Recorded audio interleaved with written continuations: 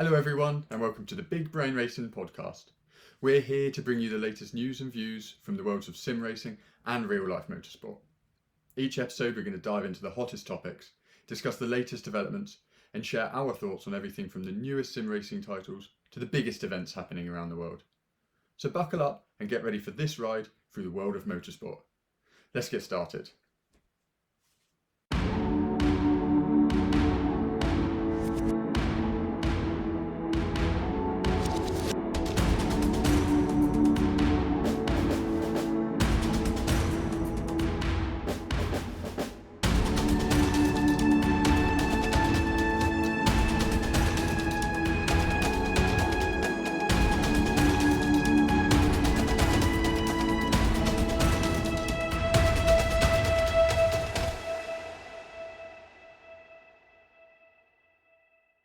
Welcome to the Big Brain Racing podcast.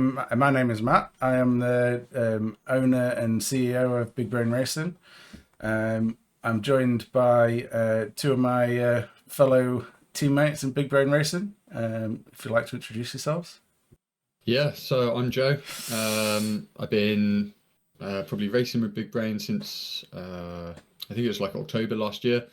Joined the sort of weekly league, did that for a few seasons, got invited to take part or be a part of the endurance team, and then eventually became part of the management team here helping Matt. So yeah, it was sort of really good time here so far. Yeah, I'm Ryan. Joined the BBR team probably about October, November last year as well, same time as Joe. Joined the weekly league again, and yeah, since then took part in the endurance league, part of the team that way. I'm now part of the management on the iRacing side, so the iRacing team manager.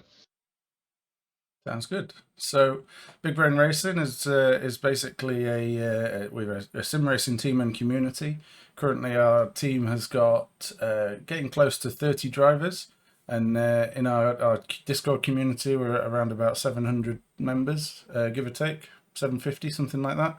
And yeah, we take part in various different endurance races, mostly around Assetto Corsa Competizione or ACC and iRacing, as Ryan just mentioned. But then we also host our own races as well. So at the minute we've got our big endurance league going on for 2023. So it's a very brief introduction to us. But I guess breaking news literally the day we're recording this podcast, Nick De Vries getting replaced at AlphaTauri by Daniel Ricciardo. Yeah, it's one of those where I think, is it a shock? Possibly, but also at the same time, speculation's been rife, hasn't it, for weeks? So yeah, I think it's one of those where you kind of almost saw it coming. But personally, I think maybe he didn't necessarily deserve it. Kind of feel bad for the guy, but yeah, I mean, Danny Rick's a top class driver, isn't he? I can sort of understand why they'd want to do that, to be honest. Seems like it's just another Red Bull. Don't really give, in my eyes, enough time for the drivers to gel in. I mean, you look back at Gasly. Gasly's probably actually the best example of it. Really, he got half a season with the main team and got chucked back into AlphaTauri. Sorry. Danny Kvyat had the 4 races in the second season, even though he had the first season he was faster and actually beat Ricciardo on points. So it seems like it's. Yeah, don't think they really gave him enough time, but you can't really go wrong with Danny Rick. He's a proven driver. He's won races, so yeah. I did also see. I can't remember what. Can't remember my source for this info, but I did see somewhere that there was a bit of a disagreement even when they signed Nick De Vries between Christian Horner and Helmut Marko, where Helmut Marko, I think in an interview that he gave, they were asking him if him and Christian ever disagree on drivers, and he said, "Oh, I think there's only been one time, and that's been with Nick De Vries, where he wanted to sign him and Christian Horner didn't." But then you look at the race that Nick De Vries filled in for Williams last season in Italy, and he absolutely bossed it. So yeah, smashed it.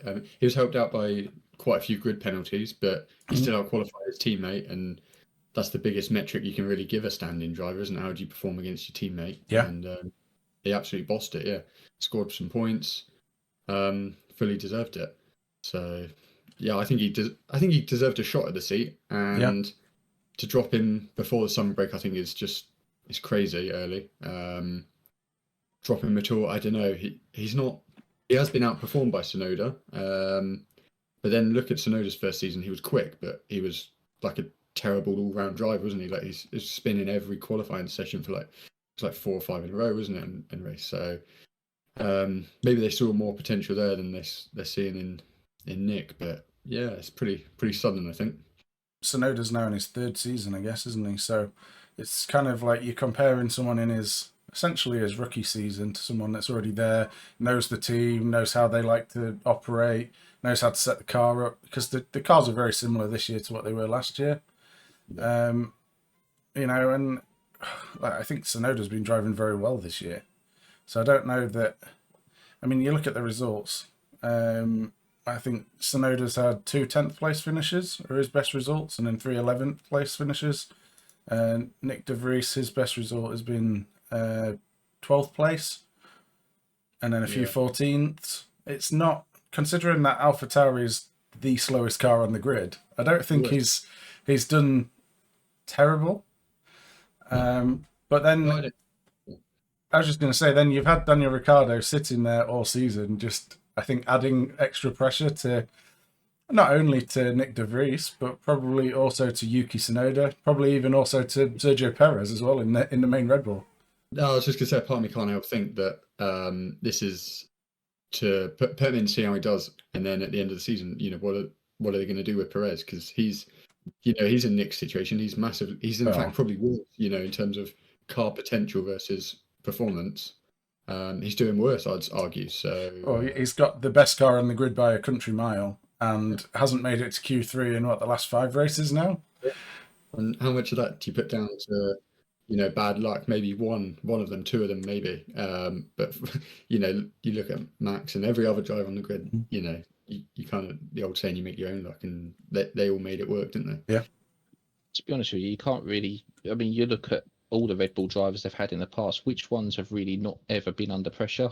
Apart from Vettel and Verstappen, everyone else has always been under pressure with their seat. Well, they've always been the golden children of Red Bull, haven't they? Yeah, I mean, they had a golden run with it when they had the likes of Ricciardo, Sainz, Verstappen, Vettel. They all come through the ranks of them. They've not really got a strong driver lineup coming through the ranks anymore. So putting Ricciardo back in is a bit of a, like I say, proven entity. And I can't imagine Ricciardo getting back into the seat purely because he just wants to drive again. There's a bigger picture to it, and I think Joe hit the nail on the head with it. Perez, I think he's possibly a target as well. Well, just looking at Red Bull's junior team, they've currently got 4 drivers in Formula 2, and those being Dennis Hauger, Ayumu Iwasa, Enzo Fittipaldi, and Zane Maloney. Yeah. Now, none of those you would say are even close to being ready to move up to F1. They do also have Jack Crawford, who was in Formula 2 last year, but has now, I think they've moved him out. Not Jack Crawford, I already said him. Liam Lawson, who was in F2 last season, and they've moved him over to Super Formula in Japan for some reason. Yeah. But he's been doing really well out there. He's only, I think, 5 points behind the leader of that championship, who's been in that formula for about 5 years. So yeah, and those cars they're much closer to Formula 1 cars than Formula 2 cars are. So that's the only thing I can sort of think, like in terms of like peak downforce and some of the speeds and stuff like that. So that's the only thing I can kind of think of. The downside to that, you're out of the Formula 1 spotlight, aren't you? When winning races in F2, he stood on the F1 podium. All the teams are underneath him seeing it now.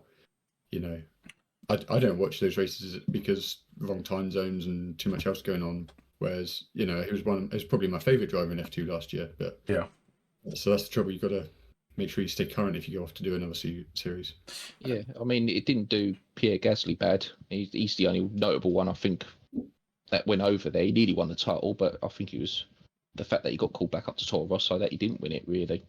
Or was there a cancelled championship? I think it was a cancelled round, sorry. I think it was something along those lines. It's all tied in together. But yeah, I don't think there's really many junior ranked drivers really to step into that seat. So it was either Danny Ricciardo or leave Nick de Vries in.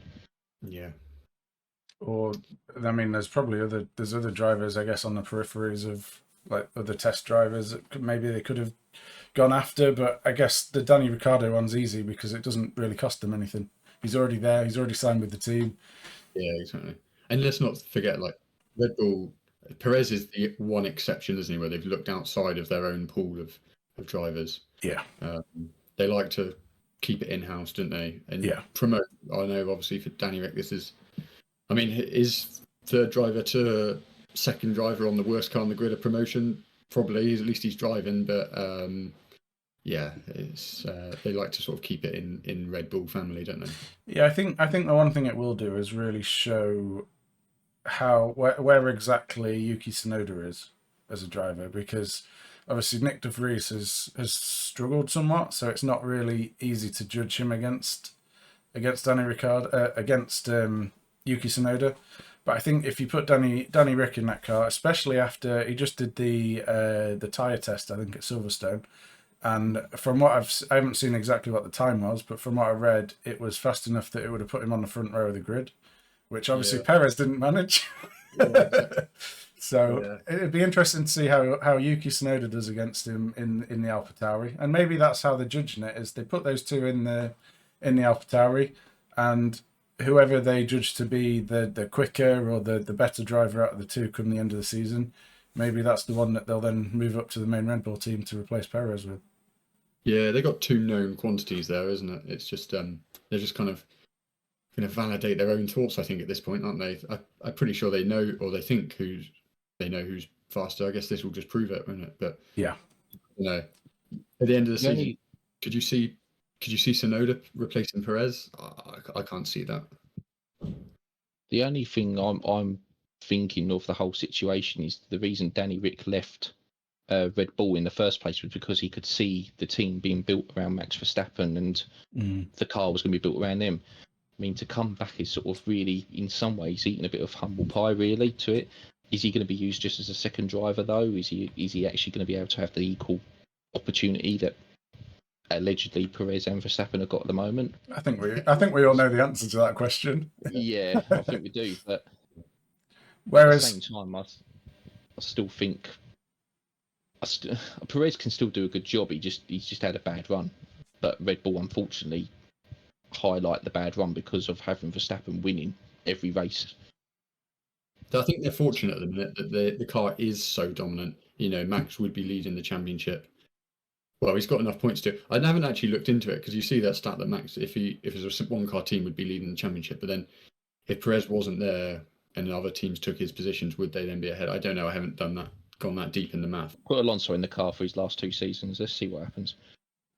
Yeah, Fernando Alonso. That would be a great fight, wouldn't it? Verstappen and Alonso, who's coming out on top of that? But I don't think Red Bull want that. They don't want a great fight between their drivers.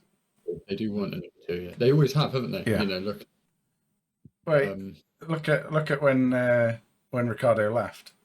It was already becoming Max's team, and it was already the case where Max was getting I think about the crash that those two had in Azerbaijan. All Max's fault, but when the team, everything the team said afterwards, they made it sound more like it was Ricciardo's fault. It's yeah, I mean, I can't blame him for leaving, like, in that situation.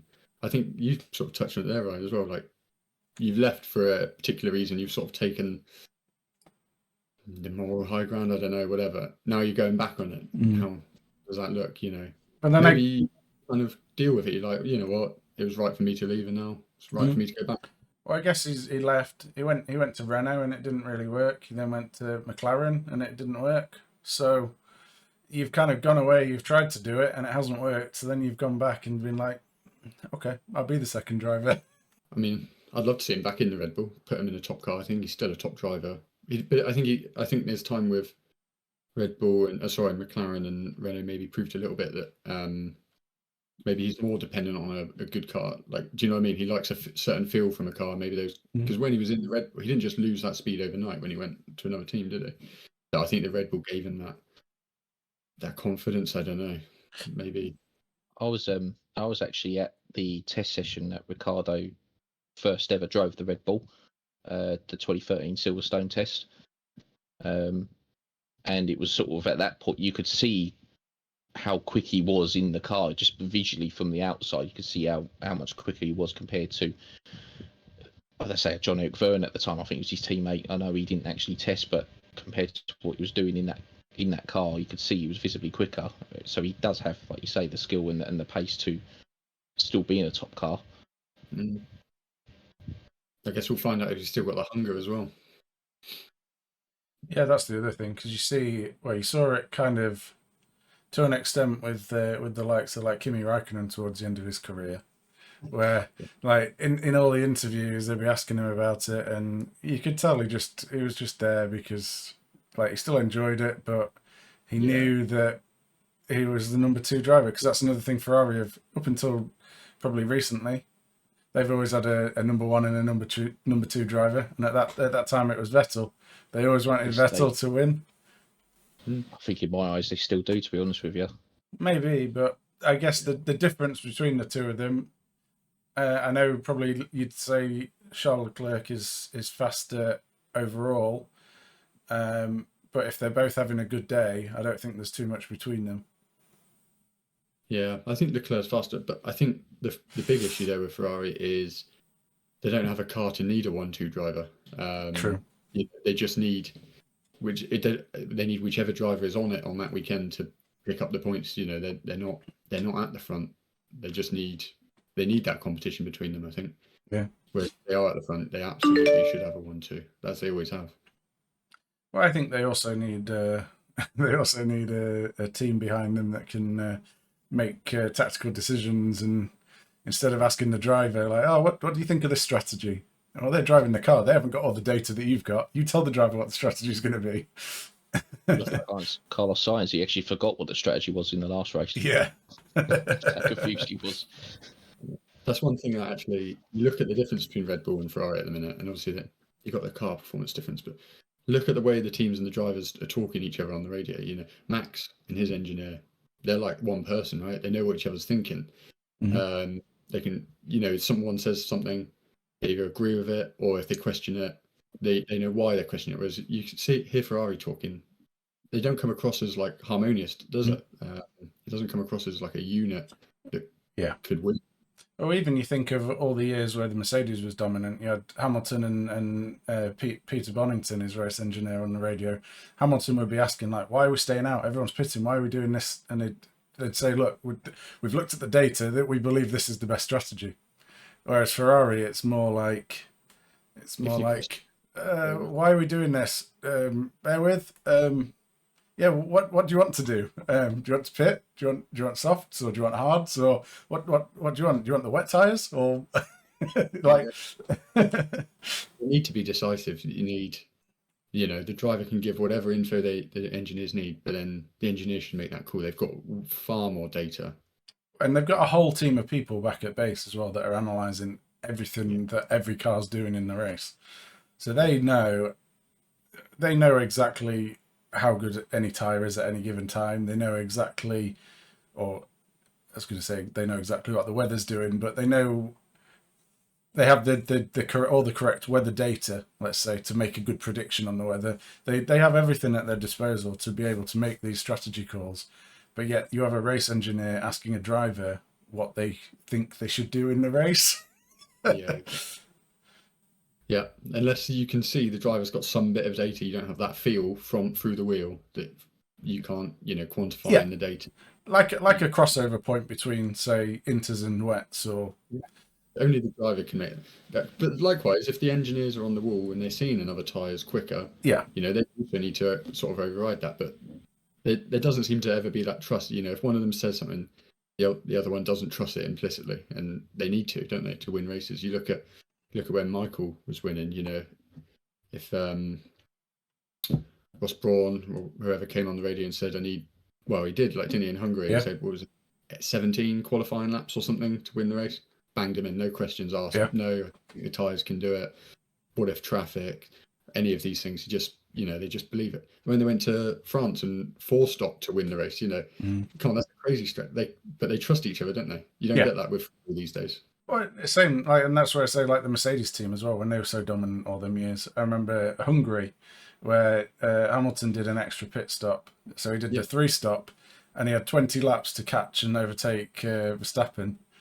And he's questioning that on the radio. I don't know if this is the right call. Don't know if this is the right call. Overtakes him and wins the race.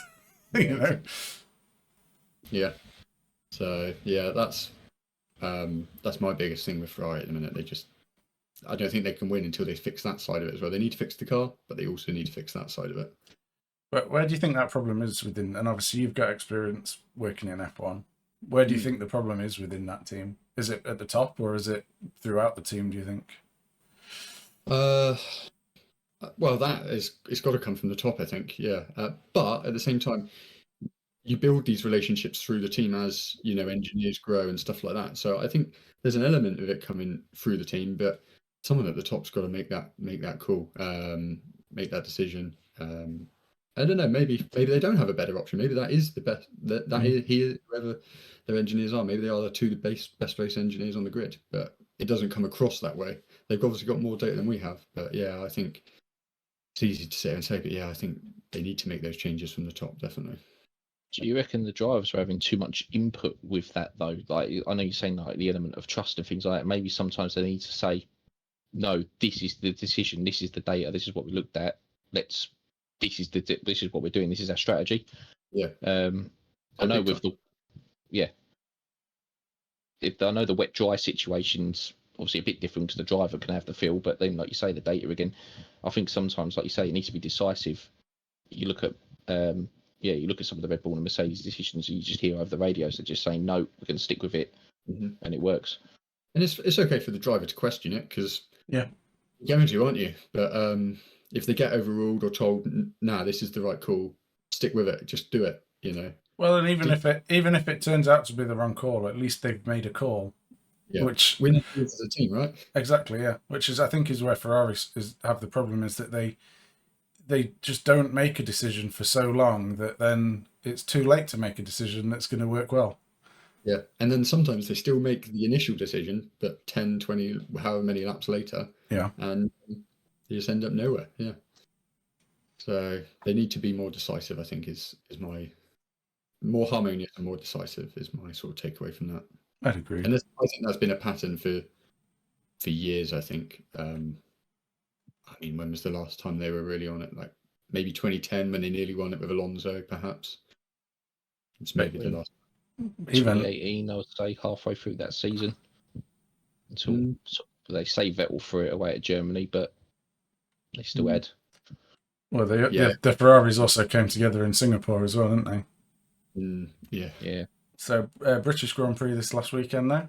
A lot of excitement at the start when Lando overtook Max off the line. That was the one thing that really got, because obviously I went to the British Grand Prix last year, and the atmosphere was incredible. But when Lando beat Max off the grid, like you could hear it even through the TV. You couldn't even hear the cars. The atmosphere was that loud. The crowd roaring was that loud. Like it made me wish that I'd gone this year, honestly, just for that. I knew he wasn't going to win the race because that Red Bull's just far too good over a full race distance. But to beat him off the line and to hear the roar of that crowd, it's just crazy. Held him back for, was it 6 laps maybe, I think? I think something like that, yeah.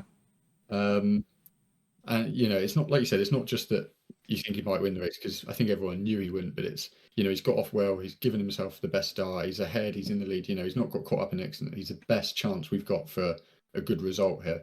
Yeah. And, it's unlikely, but, Red Bull could have a mechanical, couldn't they? Exactly.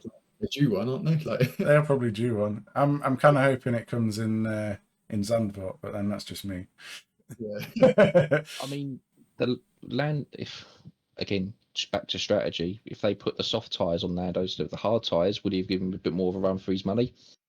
I at believe the so, end. purely because Yeah, maybe. yeah, It is that one thing that I will say that is really great is it's really great to see McLaren back at the front Yeah, after how many years they've been struggling. To see them back at the front fighting for podiums and fighting for potentially race wins, it's great to see it.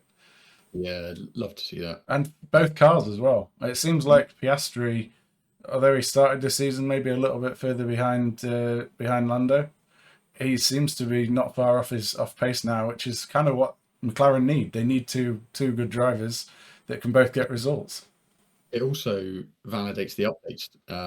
If you've got two cars, pretty much same spec. I think Lando still had a few updates, like a new front wing, I believe, but the bulk of the aero updates were on both cars, and they're both up there. Well, yeah, because getting out of the car, because you saw it the previous race in Austria. I think only Lando had it, didn't he? And he was at the front. Piastri was still struggling towards the back. And then when they both have the upgrades at Silverstone, oh look, we've qualified P2 and 3. So yeah, I guess time will tell as well if it's sort of a one-off, track specific. Other cars not doing so well because look, Aston Martin weren't up there. But again, is that track specific? We know they're better in the slower speed. So obviously, that's not very much of that around Silverstone. Not much at all around Austria. Spa as well coming up. Not going to be much of that there. But then you get into Hungary, will they sort of come back to that perhaps? Possibly. But then you think about how far ahead of everyone else, apart from Red Bull, Aston Martin were at the start of the season. It's almost like everyone else has developed the car and caught them up and overtaken them. I know, like you say, it could be somewhat track specific, but usually you bring upgrades that are track specific as well anyway. So they also might be out of sync with updates where they might have had a couple early, nothing for a while, and everyone's sort of slotted in that gap. Quite possibly. Also, I sort of not unseen, but there was new tyre constructions this weekend, so you don't know how that's played into certain. I mean, in theory, everyone's got the same rubber, but obviously how sensitive these Pirellis can be and getting them in the working range. So again, you don't know if that played any part of it or no part of it. So I like to think it's a genuine return to pace for McLaren because it'd be great to see them up there. I think we already kind of covered Ferrari not doing well, but they didn't do well again at the British Grand Prix. Obviously got caught out a little bit with the safety car, but just never really seemed to have the pace either. Exactly, they didn't. Yeah, I think we've sort of covered all of that. Yeah, they just didn't seem to be there again, and I don't know. They need to do something, car and team, don't they, to get up there because they got the drivers. I don't think Sainz necessarily, as he proved himself to me, to be world championship material. I don't know, maybe, probably not. Given the right car, probably could do it, but otherwise, probably not. So I think that they need to sort. The drivers aren't the issue. I think they've got two good drivers. They just need to sort the other stuff out. And then also, shocker for Alpine, wasn't it? Yeah, very much so. I mean, no time penalties this weekend though. It's good. Ocon's getting there. He's learning. But no, they had a shocker. I mean, obviously the Gasly incident, that was more of just a racing incident. I mean, Stroll was racing hard, but yeah, I think a little hard for my liking coming back from off the circuit. But I mean, I don't think actually Gasly was doing too badly before that, was he? I think I don't think the car had obviously front running pace, but I think he was doing pretty well, all things considered. Outperforming Ocon, I think, quite comfortably. But yeah, unfortunate with Stroll, wasn't it? Yeah, what he was saying, Gasly, I think he had pace for P7. He was saying he would have taken Alonso if it was obviously carried on. Ocon, that's just mechanical failure. Not really anything he could do about that. That wasn't his fault, but then he didn't really have the pace anyway. Bit of a shocking weekend from really. Yeah, another one. Good to see Williams up there though. Yeah, like didn't keep their practice pace where I think they were no lower than like P3 with Albon, were they? I think, but I don't think anyone believed they were genuinely on for a podium, but actual good pace it turned out. So and didn't fall apart in the damp sort of cooler conditions as well. Like it just seemed genuine pace, so that was also really good to see. It's good to see Williams fighting with Ferrari, isn't it? Yeah. But I think Albon's been doing a real good job again this season now. I think obviously he lost the seat. I think quite unluckily lost the seat in the second Red Bull, because a lot of the incidents and stuff that he had weren't his fault. Like, I remember he got taken out, I think, in Brazil by Hamilton, and again in Austria, both of which he was on for. I think Brazil he was on for the win, wasn't he? If I remember rightly. Yeah, or could have been on. Could have Definitely, been yeah. on for the win, and I was on for a podium in Austria. Yeah, Which, you have those two results in there instead of the DNF. That would he have kept the seat? Maybe he still wouldn't have done, but I don't think it was at any point was as bad as what Red Bull made it out to be. no, I think somewhere like Williams, good midfield team is probably right for him. Like, maybe he didn't quite have that performance that Red Bull need from a second driver. Even, they do want someone to finish behind Max every time, but you still need to have a good driver for that. But I think, yeah, and the same. I think for Gasly as well. Both getting out of the sort of Red Bull ethos, I think is brilliant for both of them. I think put them in a good midfield team, and they can sort of show what they can do. Really, I think that's really good for both of them.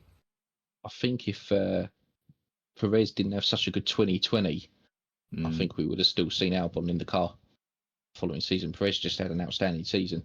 Do you think if he didn't win at in Bahrain on the sort of outer loop circuit, he would have still got the seat? Because that was right at the end of the season, wasn't it? Yeah, I don't think he would have. No, I think Albon would have kept the seat. Yeah. Albon, like Matt said, Albon had some real bad luck in the season through incidents that went through through his own fault, or in doing rather. But yeah, no, Perez I think was just in the right place at the right time. Had a brilliant second half of the season. Really, it wasn't really sort of outstanding the first half. The second half of 2020, he was really good, stupidly good. So yeah, I think a bit unlucky with him. But Albon, he has proven himself in the Williams. He's done really well, and he's showing what he can do in a car outside the Red Bull family again. So hopefully, if Williams could give him a good car, which they seem to be on the right tracks at the minute, getting back to where they should be, then who knows? Absolutely. See.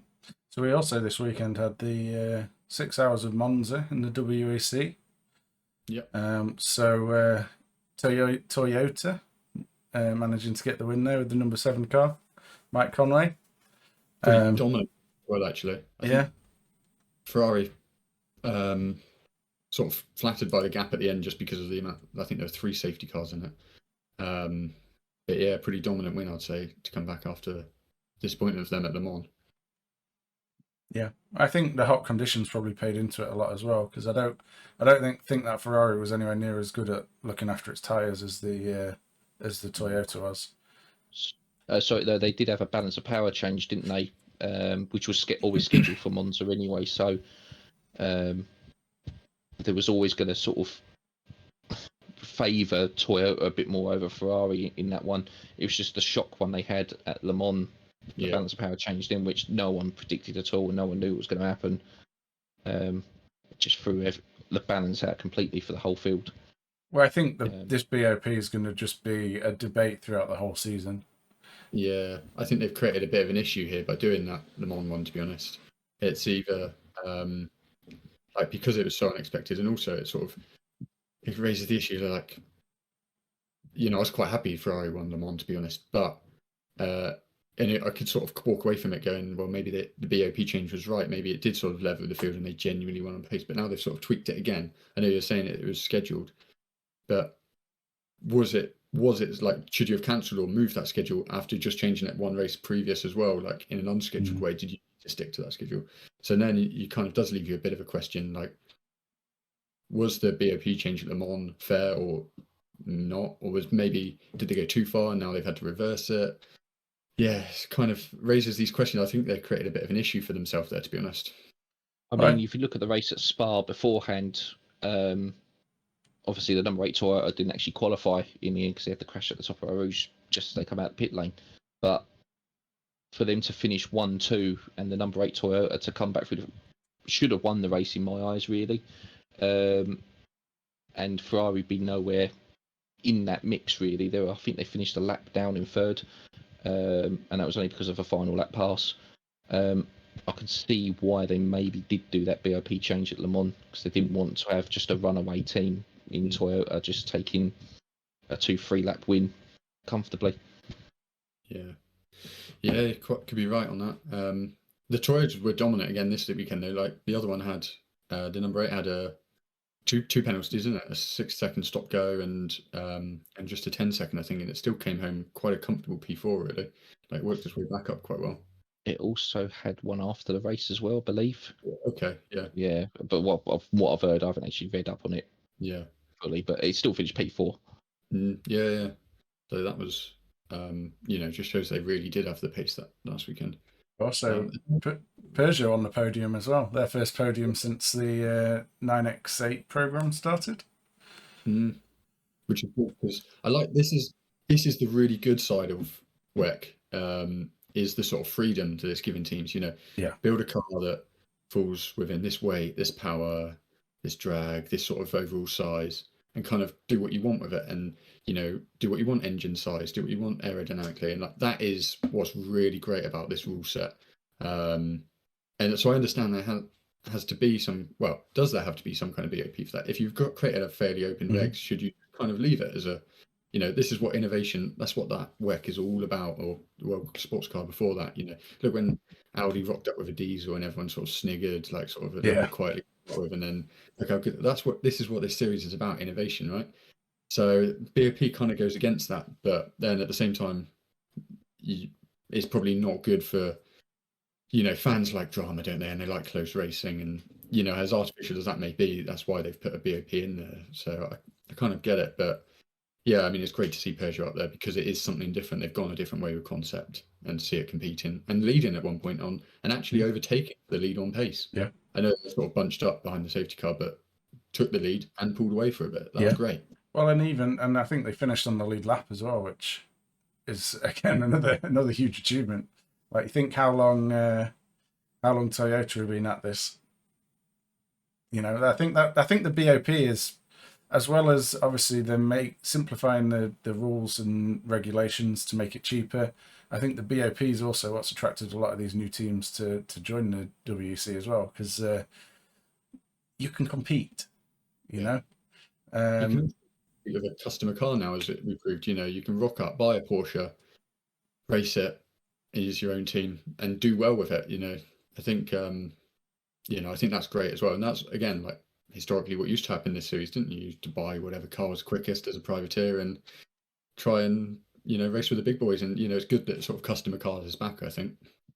Yeah, well, even the Cadillac finished 10th, but at times they had really good pace in the race as well. It just goes to show like all of them, I think, can be competitive at one time or another. Yeah, and at Le Mans they were competitive as well. Yeah. And to be fair, you don't need the BOP to make the cars equal every race, because cars inherently all have strengths and weaknesses, and as long as they're playing to their strengths, that's really good. I like to see it. You've still got to look at the WEC and IMSA even as well. There's still these hypercar rules have only been around for a couple of years, and this is the first year they've actually had more manufacturers really competing. So they're not going to really still get it right. It's going to be really interesting next year when you have got Lamborghini, BMW, Alpine, the Isotta program that they're doing as well. There's going to be more manufacturers, more cars, and potentially even later on down the line, McLaren are talking about a hypercar. It's going to be this I believe will be the golden era for sports car racing. I think so, and I think with games like ACC and obviously iRacing has the hybrids and the prototypes and stuff in there, and obviously the newer games that are coming out, which obviously we'll get onto in a little bit. I think the amount that they've brought sports car racing into the spotlight has helped that to grow as well. I think the two kind of work hand in hand. Like, you obviously see a lot of racing teams that race in the WEC also have an esports team that kind of goes with that and carries the same team name, and I think the two kind of work very well together, because that's at least on a competitive level.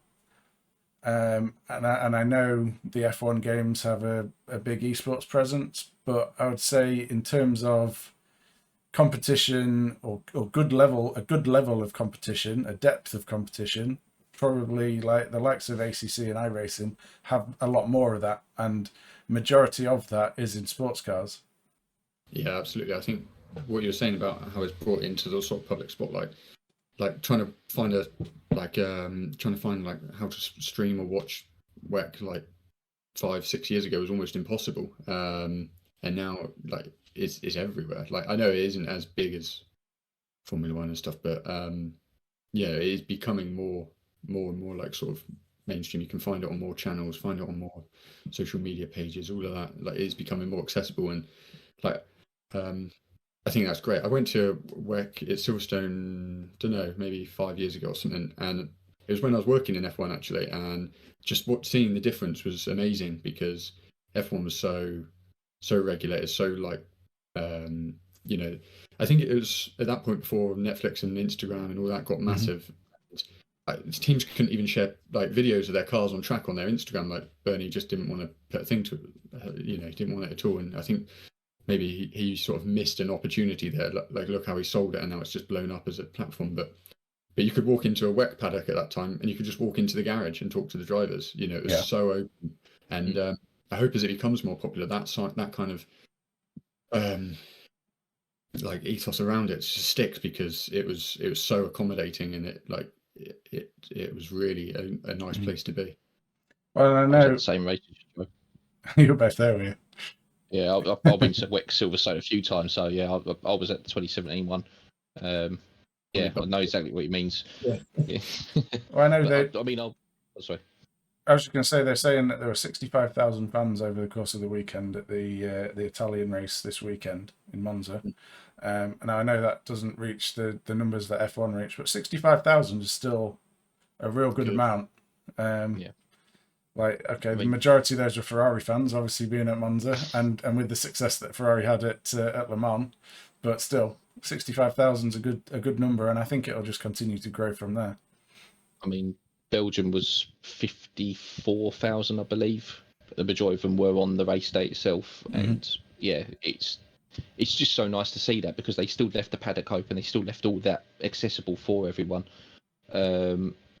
I mean, I was trying to get to the paddock on the Spa race on the actual Saturday, and we didn't bother really in because it was so busy. The day before, as we did when we went to the qualifying, I had a little walk around there. But no, it is. I hope they don't lose that WEC. I hope they don't start sort of restricting that access that you get. Definitely, because it's that's so much point for it at the minute. Yeah, definitely. And also, it's accessible in terms of price as well. I think my tickets were like £40 or something, and that is the best like £40 I've ever spent on motorsport, I think. And it's the sort of thing that, if I get my son into motorsport, I'd take him to. I wouldn't take him to Formula One because it's £300 on a day out that he won't really understand and probably get a bit bored waiting for. Whereas go to that, it doesn't matter if he had not the best day because I only spent £40 or whatever it is. If they keep it accessible like that, it will just continue to grow. So obviously we kind of touched on sim racing titles there. So obviously upcoming, I guess right now the two main ones are really ACC and iRacing. I guess two very different games in terms of the way that the competition works. Obviously iRacing, we know you can just jump in and you can get a race with people of a similar ability to you, with a similar safety rating to you. ACC, on the other hand, very much like you've got to do leagues outside of it to get the competitive racing. You've got to kind of try and find the right level of leagues. Obviously, some leagues have multiple splits, which helps. But then, obviously, coming up later this year or maybe next year, depending on when exactly they come out. We've obviously got Rennsport coming up, and Le Mans Ultimate just got announced, which kind of goes hand in hand with the WEC as well. Yeah, really excited about both of those actually. I'll start on Rennsport if I may, because so I've got been like added into the beta program now, the closed beta, which is really good. Quite lucky to get that, I think. So yeah, really excited about that. Fired it up, and my first impressions were awful, unfortunately to say. So turned it on, mapped a few buttons for like various settings I want to control in the car. Like I like automatic starter and manual starter and manual clutches and all those kind of things. Did all that really fine. Jumped onto Spa. I think there's 4 tracks and 4 cars, so it's quite small, but it is a beta. Like that's fine. That's acceptable. It looks fantastic graphically. I think it's running Unreal Engine 5. Not sure if it's using some of the new feature sets in that, but it does look really good. Sounds amazing. Like I took the Audi because I've been driving the Audi in ACC. Like just hearing that thing like raw was just like it was incredible. A new level of sort of sound immersion. Tried to take it out on track, and basically the force feedback was just completely broken.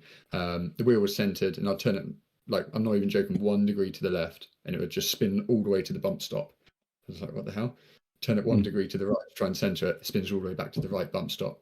It's just completely broken. Couldn't get my head around it, recalibration, all of this, nothing at all. So I kind of turned it off, and I thought, I was having flashbacks to trying to set up R Factor 2, which is just a nightmare. So the next day I went onto the Discord and just put in the issue I was having, and I don't know if it was one of the devs or like a support guy or whatever. He just dropped me a DM straight away after saying, "Oh, you on Discord? Can you jump on a call? I can screen share with you and fix that." And I thought that was really good. Jumped on, clicked a few buttons. Lo and behold, it is now working. So disappointing that the initial experience is underwhelming and was like broken. But mad props to them for treating the beta as a beta where people are going to test it, is going to break, and then they're expected to fix it. And they actually did that rather than put out a beta or put out an early access and just kind of gauge where the feelings at. They're actually using it as a beta period, which is brilliant. So yeah, I've done a few laps on that now, and it does feel really good. Physics wise, driving feels good. I've still got a few like force feedback, like there's a bit of vagueness in the center which I want to try and dial out with some settings and stuff like that, but I do believe that is just settings based, and that can be done. But yeah, probably from the half a dozen or so laps I managed to do earlier this afternoon on Spa, it did feel really good. It looked great. It is very basic. Like there's no, I don't know if it's beta specific, but you can't change setups, you can't do anything, you can't really tweak the car. You also can't really do anything around like time of day or any other settings or any other variables. It's very much you just pick a car and a track and you race it either single player or multiplayer, which I haven't tried yet. So yeah, I don't know how stripped down or how immersive the full experience will be. Like I like how detailed ACC is and how you can control everything and all of that. Like I like that side of it. Some people don't, but I don't know if this will be that. If it's more of a sort of jump in and drive, that will obviously attract its own sort of audience, because some of the most popular iRacing ones are fixed series, aren't they? So if it can sort of tap into some of that could also be really good. But yeah, I think my impression now is actually really good, and I really, really appreciated the support they put into that beta. Although, yeah, like I said, my first experience was a disaster. But no, I'm looking forward to racing it more, to be honest. Do you think they kind of feel like, obviously you've driven the Audi a lot in ACC? Does it feel similar in Rennsport, or is it a slightly different feel? Or yeah, it did feel similar, like largely similar. A few sort of Rennsport, I don't know if they're just characteristics that I'll have to adapt to. Like it did seem to be quite controllable on like oversteer and braking. So if I was coming into a corner in ACC and I thought I was overshooting it and I'm pressing harder on the brakes, I know they've got ABS, but the more I'm braking and turning, I'll just keep sliding straight, right? In Rennsport, it felt like I could sort of brake almost too late and chuck it in, and the nose would go in. It did feel like a bit too on rails at points, but I don't know if we also don't know if like the BOP's finer than that. That there's a slider on each thing where the BOP's just set to I think 1 and 100 or something, and you can just slide it down, so you could put 80% BOP or 120. So I also don't know if they need to tweak those kind of things. So I think generally, if you're used to a car in ACC, it will feel quite similar in that. But there were a few things that I don't know if easy is the right word, but more compliant, definitely. Okay. But then none of us have actually driven the real life car either, so we don't know which one's closer to real life either. Yeah, exactly. Like it definitely was more. If I had to jump into one sim and do one race with no practice on either, I'd choose Rennsport because it felt more sort of um, like intuitive out the box, if you like. Whereas ACC, if you don't have the right setup, your tires are out the window. You're going to be in a world of pain. So yeah, there's a lot of potential there, I think. Okay. And what about, because I've seen a lot of stuff about them saying how it's going to be somewhat of an iRacing kind of subscription-based service where you buy content and stuff. Yeah, that side of it, I'm not too sure, and I really hope it doesn't become like a sort of games as a service thing. I hope it just kind of is a bit like ACC in that respect, where you've got all the content and you can just race with people of your ability. If they adopt this sort of that some kind of iRacing like ecosystem where you level up, your series and stuff like that. Like, but then also, how would it work? Because it's mostly going to be GT3s, right, in Rennsport. So maybe it would just balance you based on safety rating and driver rating. I don't know, but I think all sims moving forward are probably going to have to adopt some kind of really good matchmaking system like that.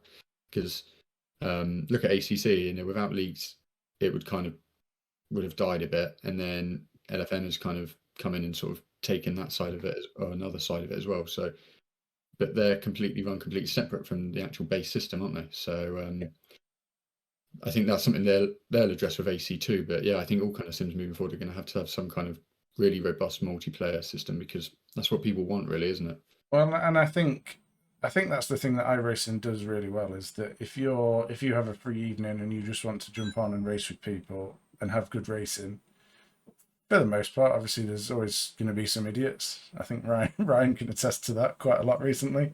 A few's an understatement, but yeah. but generally, you're going to be on with people with the same sort of ability, and you can have some good racing on there. Whereas there's not really any other sim that has that at the minute. Not within the sim itself. Like you say, you've obviously got the likes of LFM that do it for ACC, and Pitskill are obviously doing it to an extent as well, and others. But no one's really got that built in. So maybe that's something that if Rennsport can get that part of it right when it launches, because I think Rennsport's going to be released before AC2, if my memory serves me right. Because I think AC2 is next year, right? And Rennsport should be released end of this year. Yeah.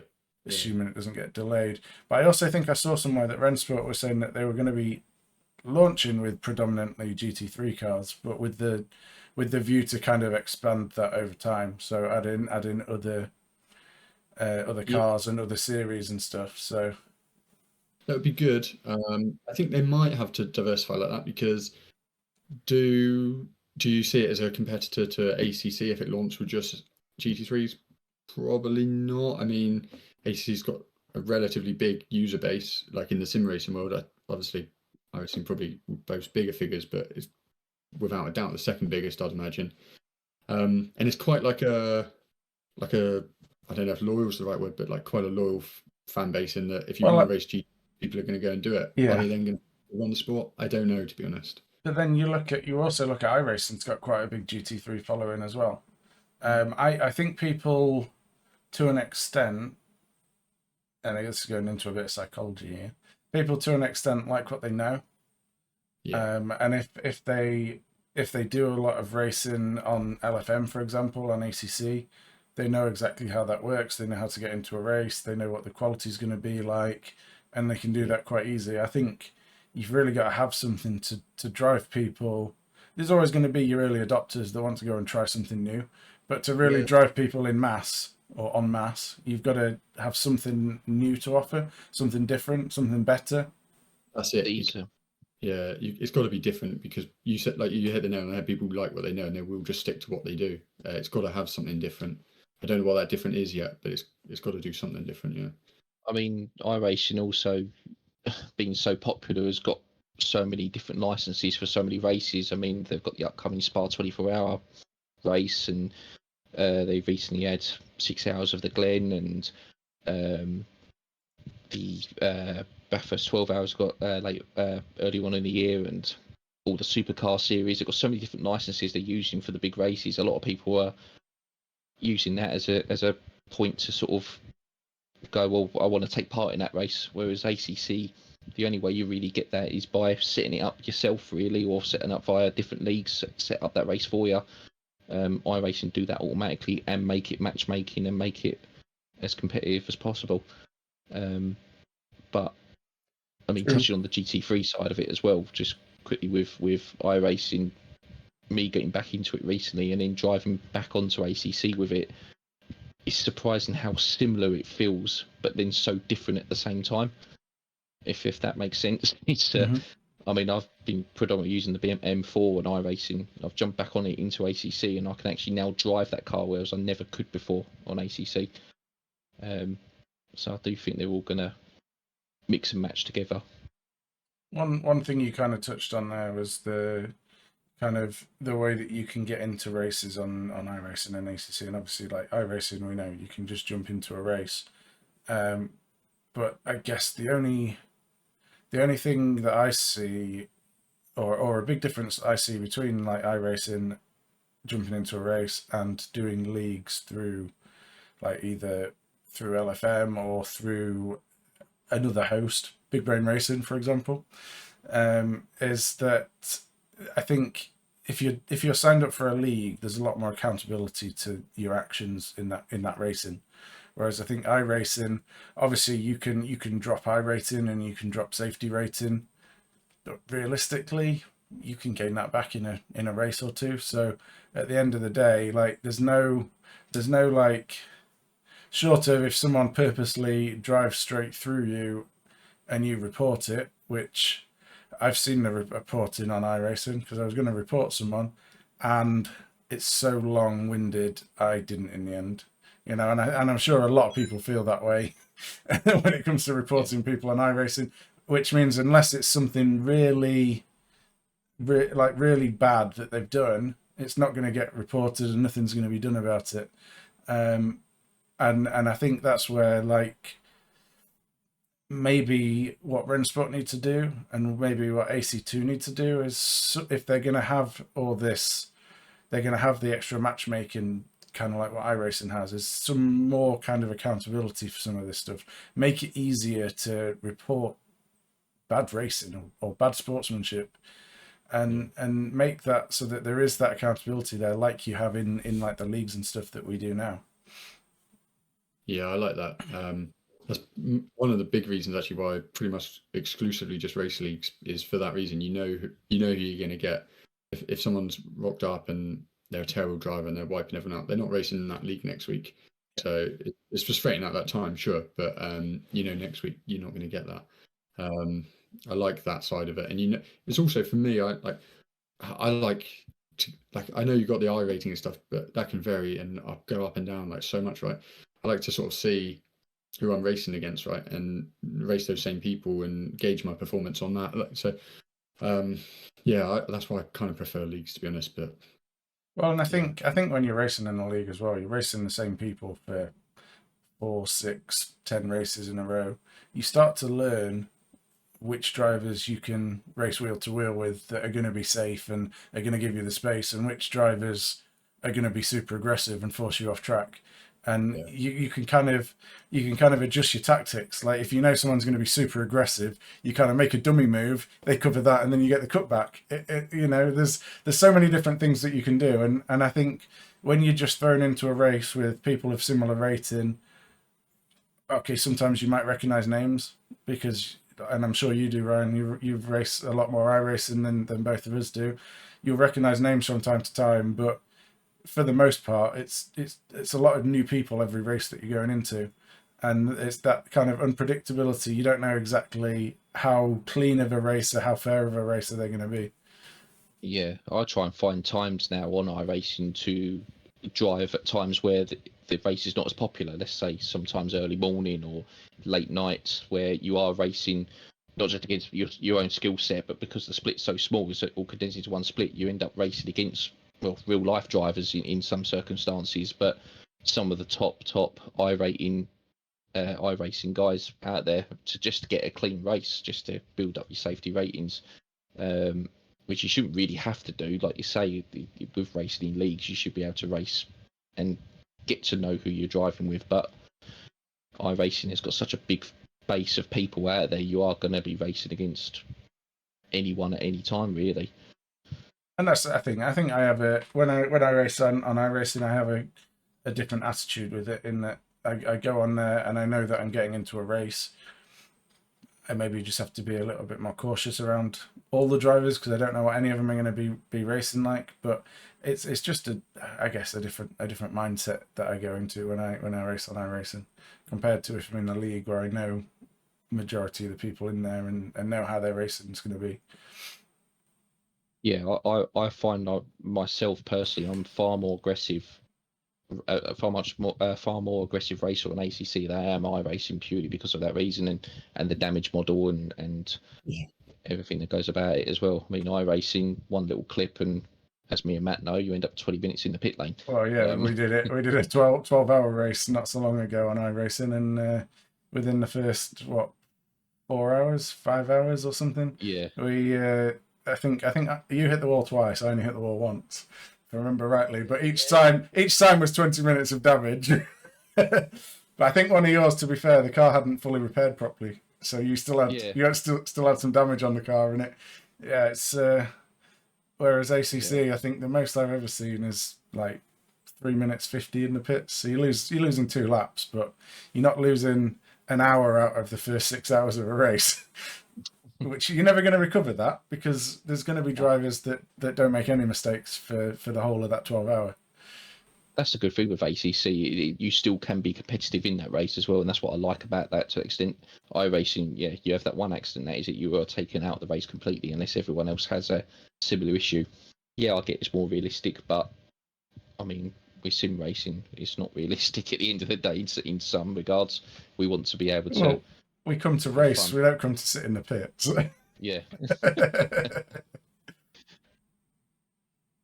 So how about, obviously we mentioned it briefly at the start there, Le Mans Ultimate. I know there's not been a huge amount of information about that recently, but it looks like they're going to have all the license for all the WC series. What's kind of your guys' thought on that title? It's another one I'm really looking forward to, actually. Can't wait to race more. Any kind of, I haven't raced anything like faster than the GT car for a while, simply because I don't really like iRacing, and there's nowhere else really to race LMPs or hypercars. So like I do like some hot lapping on AMS2 sometimes, but there's not really a competitive presence on there. So yeah, I'm really looking forward to it, actually. So I understand it's kind of using a very updated version of R Factor 2's kind of engine, which the engine in R Factor 2 is not the issue with that sim at all, and I think that's a really good starting point. Like physics wise, I think that's actually really, really good.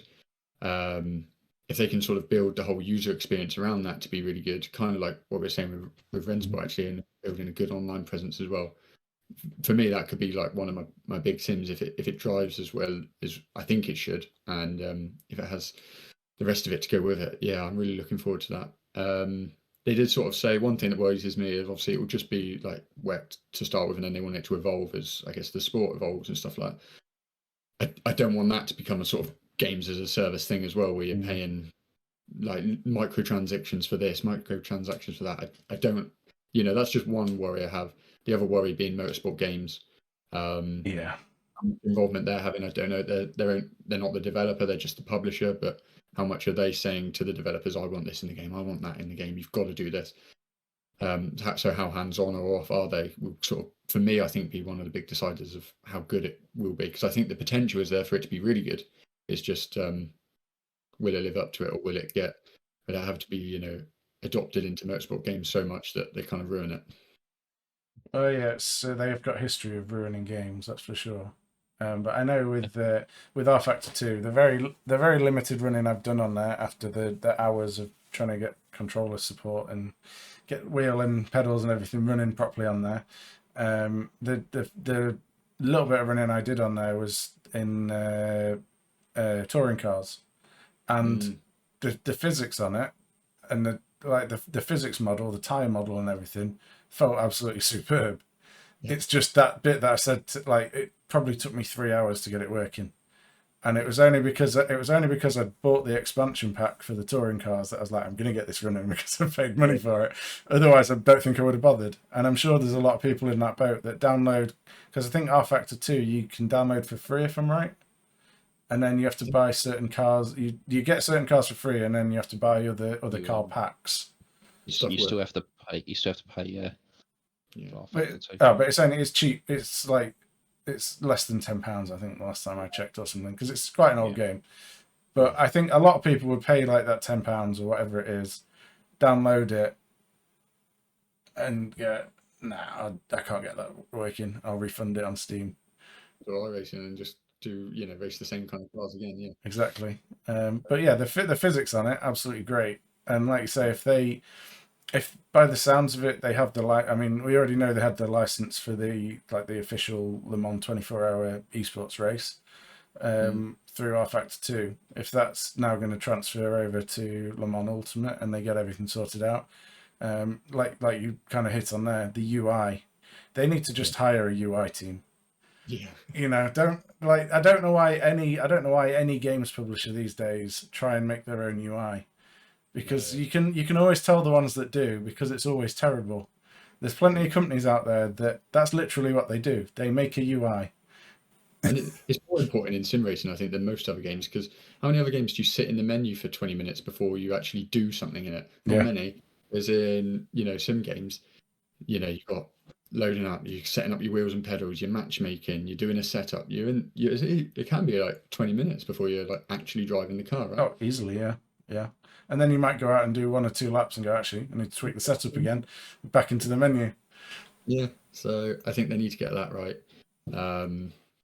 But yeah, I really hope it is going to be like really successful, because love WEC, want to race those hypercars. Just really hope it lives up to it. I did also see this week, it's a title you kind of mentioned briefly earlier, AMS2. I think there's been, or they're in the midst of rolling out quite a big update in AMS2 as well. I think I saw a video that Jimmy Broadbent, aka the King of Sim Racing, put out the other day, and saying that they've brought out a whole new tyre model. It's only on certain cars at the minute, but from what I saw on that looked like quite an interesting update as well, because graphically AMS2 looks incredible. Yeah, it's got a really immersive sort of suite of post-processing effects that make it look great. I think it's a good sim. I like I said before, hot lapping. It doesn't really have much of an online presence, short of some leagues and stuff. But if you've got the right car with the right updates, which they have been like sort of iteratively rolling out on cars for a while, it does feel really good. And they've got a huge selection of tracks, quite a large selection of cars. Some of them unlicensed, so like generic Indy cars and generic Formula cars and generic LMPs, but they feel really good. And like liveries are obviously moddable on there. You just download like a F1 2023 livery pack, whack it on, suddenly you're in the Red Bull. It's easy to do that because the base cars do feel good. They're not official, but some of that's part of the fun. Download some crazy liveries off of race department or whatever. Quite fun actually. But no, I like it as a sim to drive, but I just don't really get on that much because there isn't many reasons to go on there at the minute. That's the thing. Short of maybe it's the Nürburgring 24 hours this weekend. I want to put whatever race it happens to be that weekend. I'm just going to go on for 20 minutes and hot lap it. That's kind of what I do really on it, because there isn't really much else incentive to go on there. Yeah. Okay. Again, not a game that I have, but haven't ever even booted up. It's also it can be quite expensive, I think. Like it goes on sale regularly, but you get like all the tracks and all the cars, which I've slowly bought over time. I think I don't know how many expansion packs there are, 5 or 6, but if you paid full whack for them, you're talking a few £100 definitely.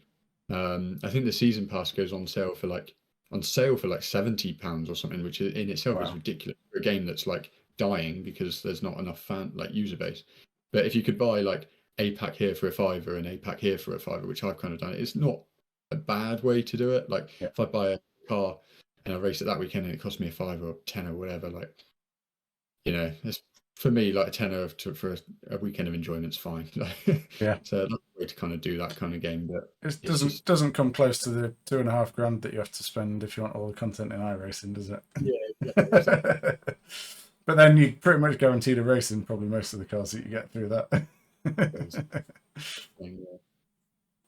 So this weekend coming up, we've got the next round of our Big Brain Racing Endurance League. We're at Indianapolis this weekend. 6 hours of that. We'll be streaming the race live on our Twitch channel. So if you wanna come along and see the action, that's where you can find it. You guys will both be racing in it. How's your practice been coming along? Yeah, good, I think. I've been driving with you the McLaren a little bit recently in ACC, and going back to the Audi now, it does feel like a bit of a boat. Feels quite heavy and not so nimble as the McLaren. So it's taken me a bit of a like getting used to go back to that. It's also really like technical track, isn't it? Lots of flat or off cambered corners. It's not the easiest to sort of adopt to, but yeah, it's coming on all right. We're looking good in the league, so we're fourth, I think, at the minute. 95 Audi, which is really good. I think realistically, we're fighting for a top 3 at the end of the season. P1's just long gone, 3 wins under their belt. P2, I think, are quite far ahead, but I think behind us is really close. I was looking at the points between P3 and P7 is just 18 points, so it's pretty close on that, just below the top sort of upper third. So yeah, we just need a good result there, really. How about yourself, Ryan? Well, we're having a complete reset. Me, Wojtek, and Neil. We started the season in McLaren. Very unlucky in the first race with a disconnect, and second race we got involved in an accident we probably shouldn't have. Then we drove the Aston for Bathurst, which was Bathurst is Bathurst things to say. Very tough, but we're now going to be driving the Mercedes going forward. We seem to have found a happy medium with that car, and it feels good. I used to drive the Mercedes back in the day before I ever drove the McLaren, and it felt really good. So hopefully we get some results out of it. It's a car that works well at most tracks. So yeah, it should be like I say, complete reset. We've got nothing to lose. It's a 6 race season for us, not 9. So Sounds as much good. as we can. Now, and I obviously started the season with you, Joe, in the Audi, and then I've been on commentary duty after the first race. So I'll be on commentary duty again this weekend. In for a younger model in the form of Luca, haven't we? Yeah, exactly. Younger and faster. Yeah. It's sort of like dragging me along, like pushing me. So it's really good to see, actually. So yeah, we just need to be competitive, really. Get somewhere near the top, and do our championship bid some good. I was just looking at other BBR events just before we were talking about the Endurance League. So I just looked through our team calendar, added up. So over the last 3 or so months, we've been entering an average of like 36 entries a month, like into races. So that's like over 1 a day if you add it up. And that's good. That doesn't include our own Endurance League, where we've got, I don't know, like 12, 16 drivers in that maybe. It won't include sort of Pit School LFM, iRacing daily races, won't include any of that. That's just like big events, like averaging about 36 entries a month. So yeah, the team's really getting out there, which is good to see. So everyone's sort of like keeping an eye on our Twitches and streams and stuff, and check out our races would be really good. Yeah, definitely. And you can obviously find all of that information over on our Discord. And I'm sure wherever you're watching or listening to this podcast, we'll be able to put a link in there for you to come along to the Discord and kind of follow the team through that. We've got, I think, 7 teams, is it, as well, in the various SimGrid VCO qualifiers. Yeah. Which is yeah, that's obviously going to be a big competition as well if we can get any teams through the finals on that. Oh, definitely. Yeah, there's some real fast teams in that, so got our work cut out, but I think we've got a half decent chance of at least getting in GT4 class. Yeah, definitely. Yeah, absolutely. Anything more than that would be a bonus, but yeah, getting at least 1 car in that would be really good to see. get that orange livery on the main stream. Exactly. Get that on the VCO stream. Yeah. And then from there, who knows? SRO, maybe some real life racing. I was actually looking, something else I can actually bring up. I was actually looking recently at a Formula 1000 car. All right. So I found a website that sells second-hand racing cars, and I found this Formula 1000 car for, I think it was just under £10,000. Only trouble was it was set up for hill climb. So obviously, hill climb is very much like 30 seconds, a minute and a half maximum, really. Don't get me wrong, this thing was rapid. They had a video, one of their drivers racing it up a hill, and it was rapid. But to make it work on a track, it would need a bit of work doing to it. And then I would also need to get a trailer. I'd need to get a tow bar on my car. I'd need to get a towing license, because I don't even have a towing license at the minute. So there's all these other things. And I was like, I'd love to do it, but there's a lot of, and then even when you think like going to these tracks, a lot of the tracks near me have noise limits of between like 98 and 105 decibels. And I'm not sure that would have fitted in there with its 1000cc motorbike engine on the back of it, with like just a straight pipe exhaust. So, just probably, it would have cost me 10 grand to buy it. And then it would have probably cost me another 3, 4, 5, maybe at least, to actually get it to a point where I could even go on a track. That's before you then even talk about how much tires and stuff cost for it.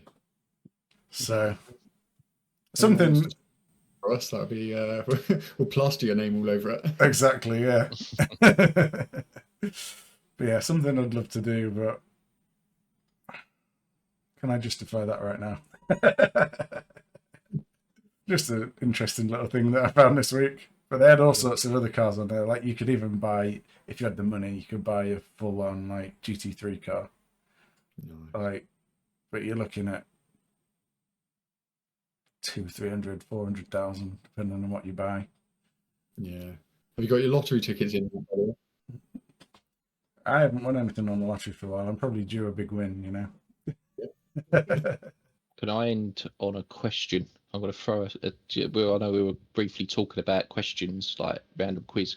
I'll throw you both one question. It's a statistic. Or do we have to answer now, or like for the next? No, you can answer it now if you want. It's not a hard. Well, it depends on how you want to look at it. So my question of the day is: in F1, only 3 drivers have ever taken the front row for the entire season. What drivers are they? Do you have to get all 3 or just one?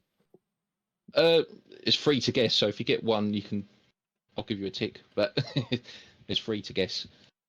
Is that the only prize that we get, a tick?